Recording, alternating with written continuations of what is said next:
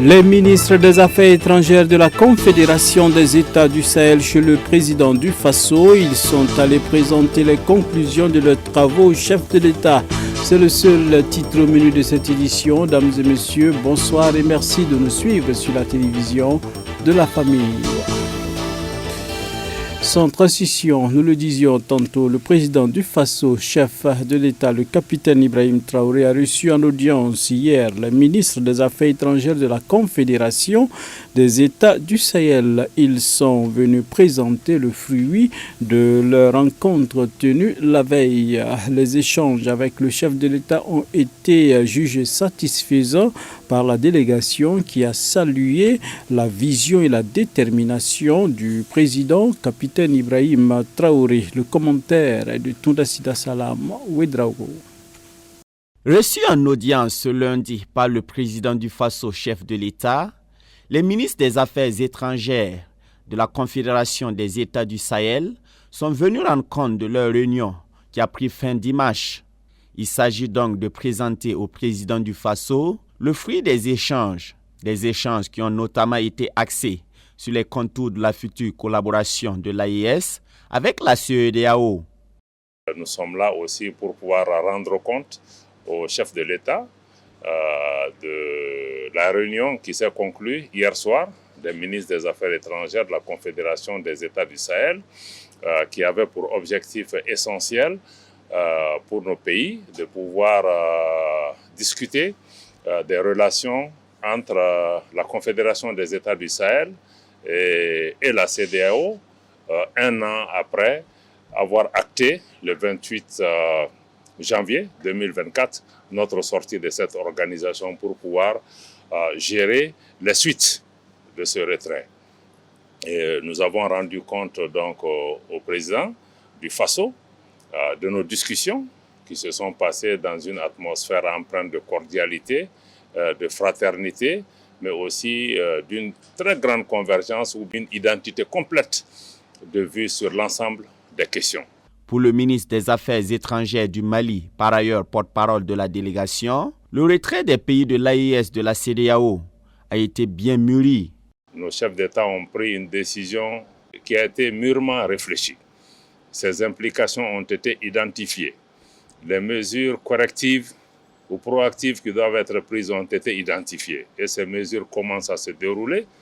Vous avez vu il y a quelques jours, nos pays ont décidé, à compter du 29, de mettre en circulation un passeport pour donner le confort juridique à nos concitoyens des trois pays de pouvoir aller et venir librement. Donc nous voulons rassurer nos populations, rassurer nos diasporas, d'être à l'écoute des autorités, des chefs d'État et de façon générale à rassurer l'ensemble des populations de la Confédération des États du Sahel que tout ce qui est entrepris, c'est pour pouvoir répondre à leurs aspirations et qu'en retour, il est important que les populations puissent renforcer la mobilisation et l'engagement patriotique autour des autorités pour l'atteinte des objectifs. Donc nous sommes sortis très réconfortés par les messages très clairs, l'engagement du président du Faso, sa vision très claire et sa détermination de maintenir le cap. Cette réunion des ministres de l'AES revêt par ailleurs une grande importance à un moment où les trois pays doivent désormais avoir une approche commune pour défendre les intérêts de leur population dans le cadre d'un dialogue avec la CEDEAO, mais également avec les autres entités. Du côté de la primature, le Premier ministre Rimtalba Emmanuel Ouedraogo a accordé une audience à une délégation de la Chambre des métiers de l'artisanat du Burkina Faso. Les échanges ont été axés sur les enjeux du secteur artisanal burkinabé. La délégation a ainsi sollicité le soutien du chef du gouvernement pour donner plus de tonus à leur secteur, bien entendu. Le commentaire est signé Toundasida Salam Ouedraogo. Cette délégation, conduite par la présidente de la Chambre des métiers de l'artisanat du Burkina, est venue échanger sur les enjeux du secteur. L'artisanat burkinabé, en dépit de sa place stratégique pour le développement, rencontre des difficultés. L'équipe a ainsi sollicité l'accompagnement du Premier ministre. Nous nous avons élaboré une initiative présidentielle, un projet d'envergure nationale sur 5 ans, que nous avons sollicité le parrainage de son Excellence afin que cette initiative puisse être validée en Conseil des ministres et également nous aider à pouvoir mobiliser les bailleurs de fonds pour la mise en œuvre de ce projet. Donc c'était le premier point. Il y a aussi d'autres difficultés que la Chambre a, notamment l'autonomisation financière qui ne favorise pas au bon fonctionnement et à l'atteinte des objectifs fixés par la Chambre. Donc nous avons sollicité également à son Excellence de nous accompagner en ce sens afin que nous puissions trouver des solutions pérennes pour le secteur afin de développer, reconnaissant que ce secteur est le deuxième pourvoyeur d'emploi après l'agriculture et l'élevage. La délégation a par ailleurs fait un plaidoyer pour la reconduction de l'accord cadre arrivé à échéance en septembre 2024. Aussi, nous avons sollicité afin que son Excellence nous accompagne pour le renouvellement de l'accord cadre. Cette initiative regroupe l'ensemble des besoins du secteur de l'artisanat. Et l'initiative est en 3 composantes. Une première composante qui constitue le renforcement des capacités, l'organisation des acteurs et aussi l'équipement et tout ce qui s'ensuit autour de ça. Ça, c'est la première composante. La deuxième composante consiste aux infrastructures et les plateformes artisanales. C'est pour les plateformes artisanales. C'est pour dire, aujourd'hui, dans toutes les 13 régions, l'artisanat a besoin d'être plus vu, mais aussi il faut avoir de l'équipement adéquat, il faut avoir des infrastructures adaptées afin de permettre aux artisans de mener à bien leur activité. La troisième composante, c'est la promotion et la commercialisation des produits artisanaux. Le Premier ministre Rim Talba Jean-Emmanuel Ouedraogo a en outre encouragé les membres de la Chambre des métiers de l'artisanat à être unis et à innover en vue de participer efficacement à la dynamique du développement endogène enclenchée par le gouvernement.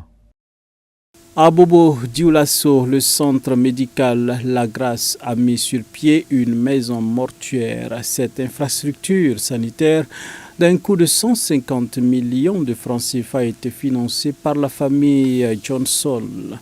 Elle est bâtie sur une superficie de 1000 mètres carrés à Bananké-Daga, à quelques encablures de la ville de Bobo Dioulasso, et se présente comme une infrastructure ultramoderne.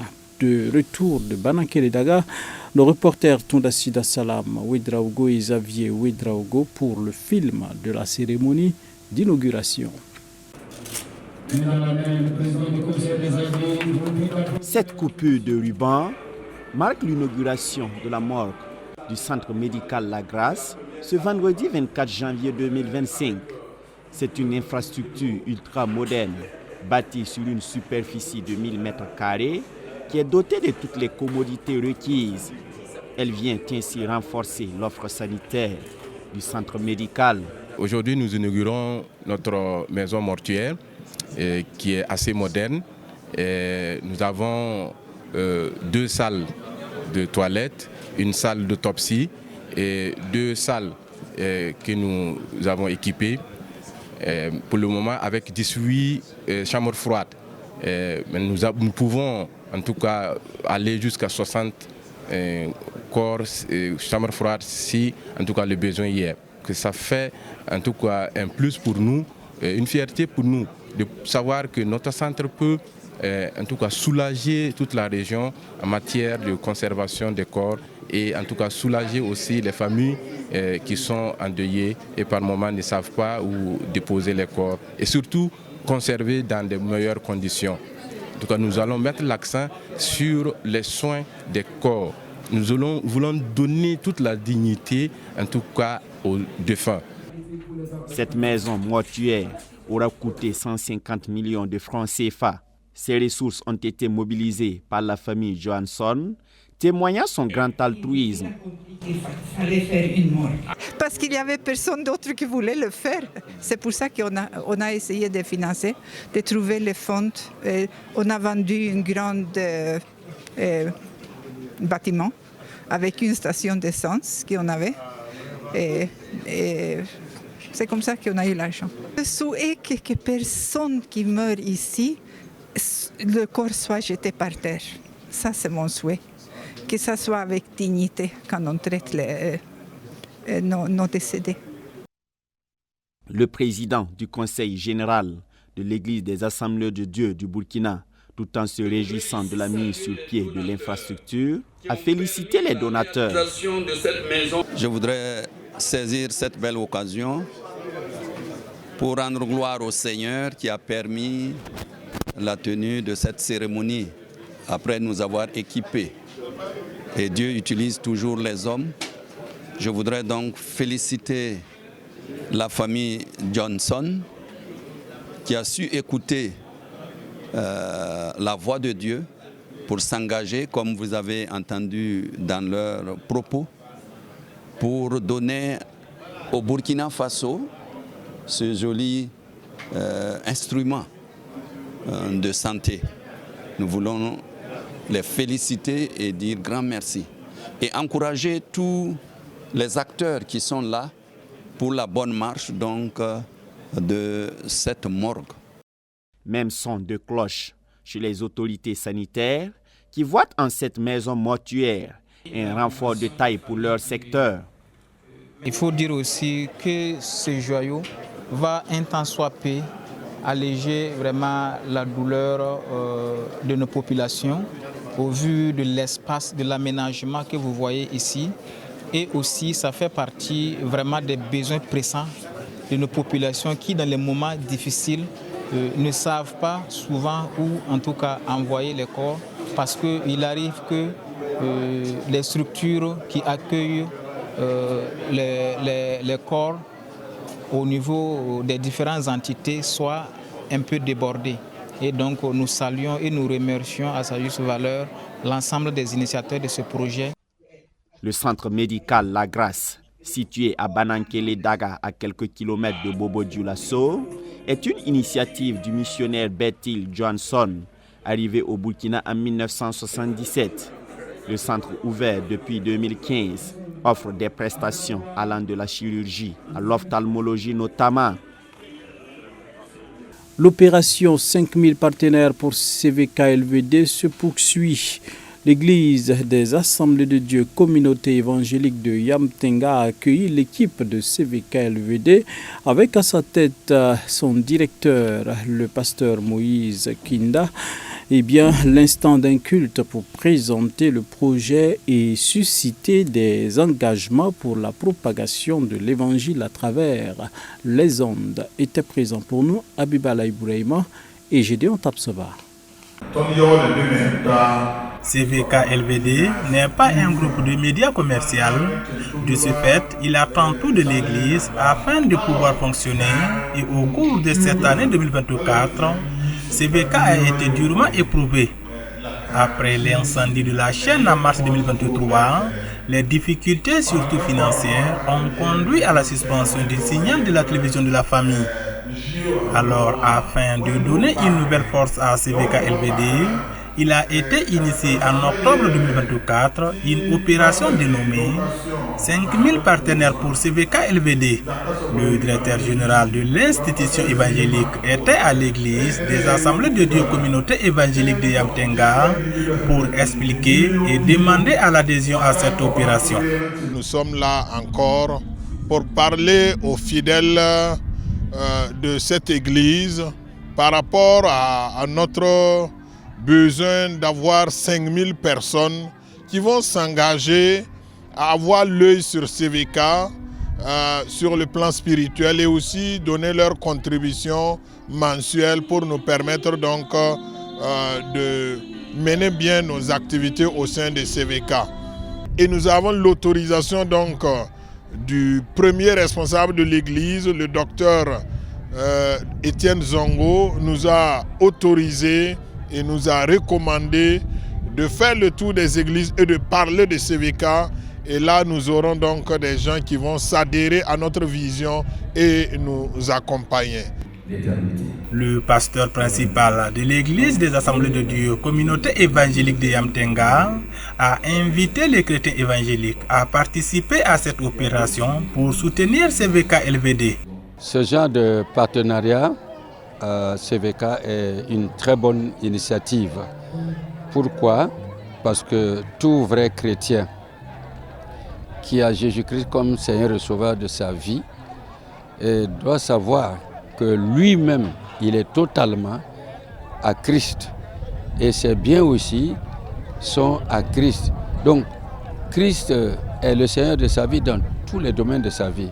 Par conséquent, CVK est une œuvre médiatique très importante qui permet de diffuser la parole de Dieu à toute la population. Tous les pasteurs, je pense, doivent sensibiliser leurs fidèles pour qu'ils participent à cette œuvre. Parce que nous évangélisons, c'est vrai, nous essayons de parcourir les recoins de notre pays pour répandre l'évangile, mais la radio est un instrument très efficace pour atteindre tout le monde. Par conséquent, l'effort que chaque pasteur peut fournir en sensibilisant les membres à adhérer à ce partenariat serait une très très bonne chose. Pour ceux et celles qui veulent adhérer à la vision, la souscription est simple. La souscription, elle est simple. Il s'agit donc de prendre notre fiche et vous vous engagez à nous donner au minimum 5 000 francs par mois. Et si nous avons 5 000 personnes, ça peut vraiment nous aider à faire beaucoup de choses à CVK. Le message du culte dominical à l'église des Assemblées de Dieu, communauté évangélique de Yamtenga, a été donné par le pasteur Jean Yameogo qui officie à l'église sous le leadership du pasteur Benjamin Minungu. Le thème du message est « Ce que ton Seigneur attend de toi ». Et c'est là que nous mettons un terme à cette édition. Dames et messieurs, merci de nous avoir suivis. Nous prenons rendez-vous demain pour d'autres informations sur la télévision de la famille. La grâce du Seigneur soit notre partage et que Dieu bénisse notre cher pays, le Burkina Faso. Bonsoir chez vous. À demain dimanche.